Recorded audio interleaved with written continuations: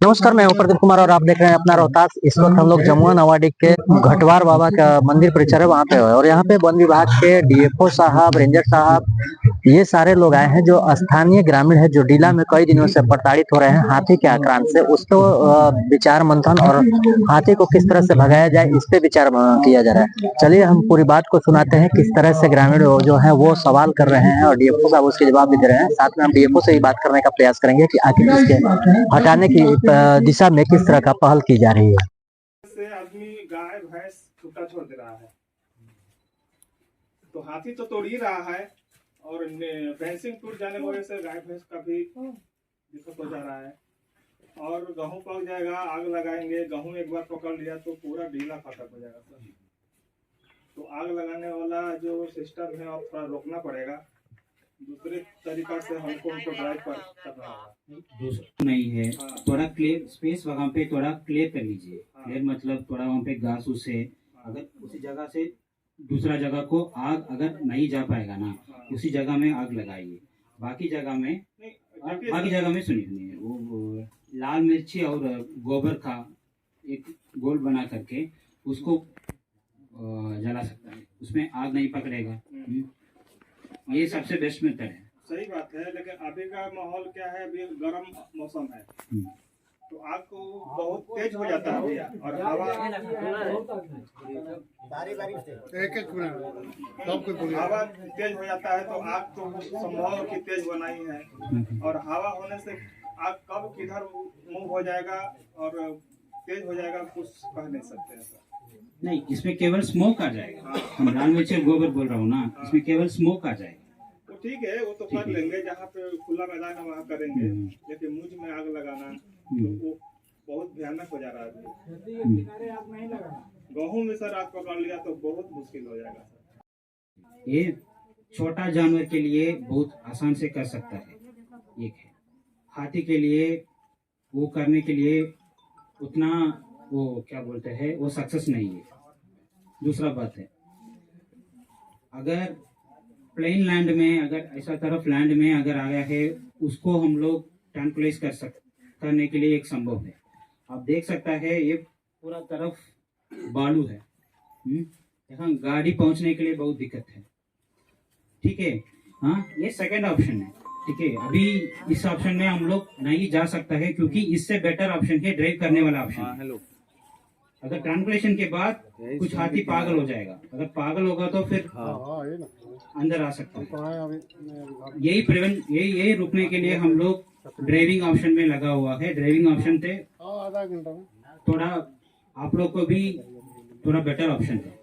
Sir मान लीजिए यहाँ से 2 किलोमीटर हाथी हमेशा दूरी पर आ रहा है, इसके बाद वो ऊपर आने के लिए जब आ रहा है तो यहाँ से कुछ प्रशासन जो हमारे हैं जवान लोग उधर जाते हैं और रेस्क्यू करके ऊपर आता है, तो लाइन कटवाने के बाद फिर उसी दिशा में कर देते हैं।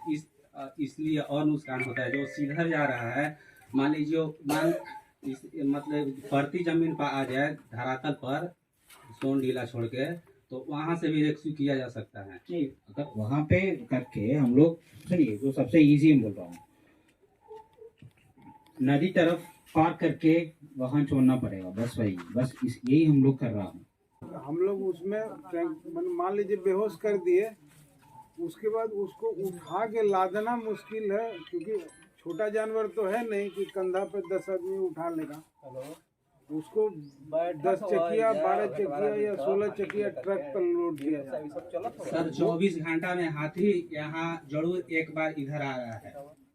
24 घंटा में वो शाम को आएगा, 8:30-9 बजे रात तक लाइन कट जाता है, हाथी आता है, इसके बाद फिर यहाँ से लोग खदेड़ के फिर सामने ही कर दे रहा है। देखिए दूसरी बात, खदेड़ के कोई नहीं करता है सर, बम हम लोग बचाते हैं गांव को, और उसके बाद वो उसको जिधर जाना है ना उधर जाता है। सर जैसे सर ने आपको बताया कि इस साइड अगर ट्रैंक्विलाइज करते हैं तो तुरंत वो ऐसा नहीं था कि फेंट कर जाएगा, वो कुछ दूर भागेगा, उस दौरान कितने लोगों को मार देगा इसका कोई वो नहीं है। ये एक बड़ा माने हम लोग के लिए थ्रेट है, बड़ा थ्रेट है, इसलिए हम वो काम इस तरफ नहीं कर सकते हैं। उधर ऐसा नहीं है, आदमी है, हम आदमी को अगर इंजेक्शन मारेंगे उसी जगह में हम लोग ऐसा नहीं बोलते। वो ट्रैंकुलाइजेशन के बाद बहुत दूर तक वो जाता है, उस दौरान बहुत ज्यादा क्षति करे। चतरा से नारे में घुसा है, उसके बाद 12 चट्टी में जीटी रोड पार किया है। वहां से चलते चलते जीटी रोड के दक्षिण उत्तर ये सीधे देव के आसपास मतलब फिर जीटी रोड पार कर गया, मतलब दक्षिण आ गया जीटी रोड के। देव में आया है, अम्बा में आया है, फिर मदनपुर और महाराजगंज में आया है, नबी नगर आया है। नबी नगर से वहाँ ड्राइव मतलब वहाँ से निकल के झारखंड में ये पलामू में गया है और पलामू से सीधे इधर आ गया। सर एक स्टेट का मामला नहीं, मैंने हमारा कहने का मतलब इतना बताने का मतलब है ये कि हाथी किसी झुंड से बिछड़ा हुआ और ये निश्चित रूप से उसी झुंड के आसपास जाएगा वापस। तो इसका नेचुरल टेंडेंसी होना चाहिए कि जिधर से आया है उधर जाए। मान लीजिए हम लोग इधर रुकने के लिए क्या फायदा है? नहीं सर कोई फायदा नहीं। हाथी अकेला कहीं नहीं रुकता है। तो फिर सर हम लोगों को उसमें सहयोग लीजिए आप, उसको हम लोग उस पार कर देते हैं। बिल्कुल, हम बोलेंगे अपने स्टाफ को कि एक ग्रुप बना दें। आज ही चाहे तो व्हाट्सएप ग्रुप बना रेस्क्यू कीजिए हाथी को किसी तरह, क्योंकि अब दूसरा विकल्प नहीं है।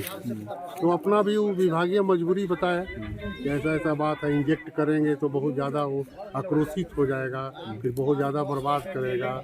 और उसको अगर समतल ज़मीन रहता तो उसको ले जाने में आसानी होता, लेकिन बालू में उतना वजन का जानवर ले जाना में मुश्किल होता है। हम कहें किसी तरह आप झारखंड से भी संपर्क कीजिए अपने विभागीय और उसको किसी तरह रेस्क्यू कीजिए। मुआवजा कब तक मिल जाएगा जो नुकसान हुआ? मुआवजा तो कुछ हम लोग आवेदन दिए हुए हैं और उसके बाद पूरा आवेदन दे जाएगा, उसके बाद हम उसको रेवेन्यू करेंगे।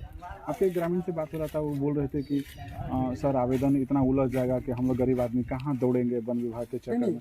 हम तो दे रहे हैं रोहतास रेंज को, हम उसी से संपर्क में रहेंगे, हमको दौड़ने के का मतलब है, हम हैं। हाथी का उत्पात देखने को मिल रहा है, इस पे वन विभाग की ओर से क्या वन विभाग का टीम एक स्पेशल टीम बना हुआ है, रेस्क्यू टीम, और बाहर से वेस्ट बंगाल का बांकुरा का टीम भी बुला दिया है, वो लोग भी हम लोग के पास शामिल है। फिर कुछ लोकल लोग को भी, लोकल टेरेन, लोकल ज्योग्राफी इसको समझने के लिए लोकल टीम भी हम लोग शामिल करेंगे। लगातार हम लोग इसको ड्राइव करने के लिए कोशिश में है। अभी तक गाँव तरफ बिल्डिंग ना पहुंचा है, उसको हम लोग रोका दिया, बहुत मेहनत करके रोका दिया। फिर भी हम लोग इसको ड्राइव करने के लिए लगा हुआ है। इसको ग्रामीणों का आरोप है कि उसको बेहोश करके वन विभाग नहीं हटा रही है, क्या कुछ दिक्कत आ रही है क्या कि उसको बेहोश करके या फिर इंजेक्शन लगा के उसको नहीं हटाया? नहीं, ये क्या हाथी के बारे में इसको नेचुरल इसका क्या है, कैसे है, थोड़ा जानकारी सब लोग के पास होना चाहिए। हाथी ये अकेला हाथी है, जून की तरफ है, कई जून से बाहर निकला करके आया है। ये की जगह में ज्यादा दिन नहीं रुकते हैं, ठीक है। सो अचानक से और जानबूझ के ये क्या होता है, वो हाथी निकल भी जाएगा, उसी का रास्ता हम लोग देना पड़ेगा। वही रास्ता हम लोग देने के लिए बाकी तरफ हम लोग उसको बंद करके एक ही तरफ रास्ता, जो रास्ता से आया है उसी रास्ता से उसको भेजने के लिए हम लोग प्रयास कर रहा हूँ। यही बेहतर है। किसान का जो इतना बड़ा नुकसान हुआ है, ये गरीब तबके के हैं, बहुत गरीब ही है, उनके लिए क्या आपने यहाँ पे मुआवजे के लिए क्या? मुआवजे के लिए हम लोगों को प्रक्रिया है, ठीक है। वो फसल का नुकसान है, सीओ तरफ से भी जांच होगा, हम लोग तरफ से अगर क्षति हुआ है यही हम लोग जांच करेंगे, फिर दोनों के रिपोर्ट के आधार पर हम लोग कार्यवाही करेंगे। आवेदन पहले करना होगा। ये बताइए, जो आसपास ग्रामीण क्षेत्र में है या सोनडीला में लोग रह रहे हैं, उनके लिए क्या अपील है? उनके लिए अपील है, रात समय में हाथी का मूवमेंट समय है, ठीक है, वो उस समय डिला के तरफ ना जाना चाहिए। फिर कोई वहां पे गाय या बकरी को अगर बांधा हुआ है, जब तक हाथी वहां पे रहेगा, यहाँ गांव तरफ उसको ले आ करके यहाँ पे बंद करना पड़ेगा। फिर रात में झोपड़ी का मकान में मत सोना चाहिए, इसके नीचे में, ठीक है।